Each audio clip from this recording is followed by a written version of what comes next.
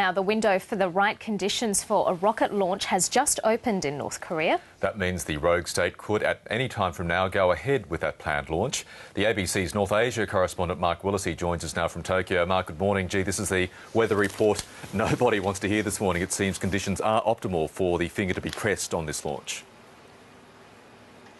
That's right, Michael. A bit of light cloud around, we hear. But we also hear it's going to be fine for the next few days. We understand Monday, which is the last day that North Korea has slated for this potential launch, is the worst of the weather. So we could see it any time from now, although there's no sign the rocket launch is imminent. We understand the rocket is fueled. The satellite has been placed in the nose cone. The 3 stages have been bolted together. It's now up to mission control and, I suppose, Kim Jong-un's regime to start the countdown. And the regime is continuing to insist it's purely for peaceful purposes, this rocket launch. That's right. It's saying that what it wants to do is put an Earth observation satellite into space. It says this satellite will be used to monitor weather conditions, also natural resources in North Korea. Of course, North Korea is prone to natural disasters, so there is some suggestion that this satellite will help the regime monitor those sorts of events.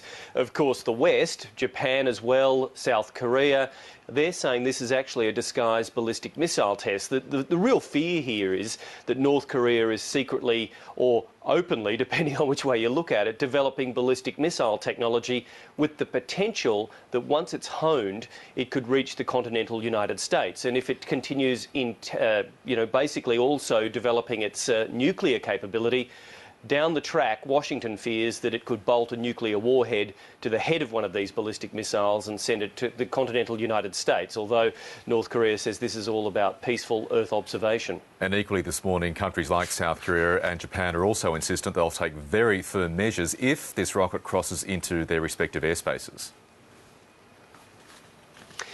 What they're saying is that they're going to shoot down any debris that may head towards their territory. So in other words, as this rocket unloads its various stages, there's 2 stages that will fall to Earth. We understand one of those stages will fall into the ocean west of the Korean Peninsula. Another stage will fall into the ocean east of the Philippines. But South Korea and Japan are saying, look, if that debris comes down and it's threatening our territory, we will fire interceptor missiles at that debris. I don't think they have the capability to bring the rocket down. Japan has made a big deal of showing off interceptor missiles in the centre of Tokyo here. I doubt very much that they're going to get used. They've only got a range of 15 kilometres into the atmosphere, or towards the atmosphere, so I don't think the capability is there to intercept the rocket itself, maybe some of the debris. And what do we know of China here? Of course, North Korea's great sponsor. Do we know of any attempts by the Chinese to try to put an end to this rocket launch? Well, the Chinese have interestingly said that they are worried about this developing situation in Northeast Asia. They have said, look, we need calm, we need all people to sit down around the table and talk about this. So China has, I think, been trying to calm the situation down. I don't think it wants this rocket launch, but this rocket launch is essentially about the new young leader in North Korea, the young general, as he's called, Kim Jong-un. It's about him proving to the North Korean people that he has the technical capability to send a rocket into space, that he is this great general. He's also trying to prove to his other generals that he will stare down the West, that he can engage in the sort of brinkmanship that his father and grandfather were very famous for. OK, Mark Willesee in Tokyo, thank you very much for the update this morning. Thanks, Michael.